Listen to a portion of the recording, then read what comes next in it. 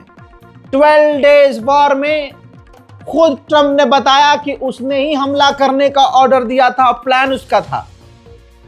जिस अमेरिकी हमले में हमारे अपने हजारों लोग मारे गए, कितने लोग मारे गए, कासिम सुलेमानी से लेकर आखिर तक अमेरिका ने ईरानियों को कत्ल किया, वैज्ञानिकों को कत्ल किया, प्रोफेसर्स को कत्ल किया, जनरल कमांडर को, सिक्योरिटी फोर्सेस को कत्ल किया।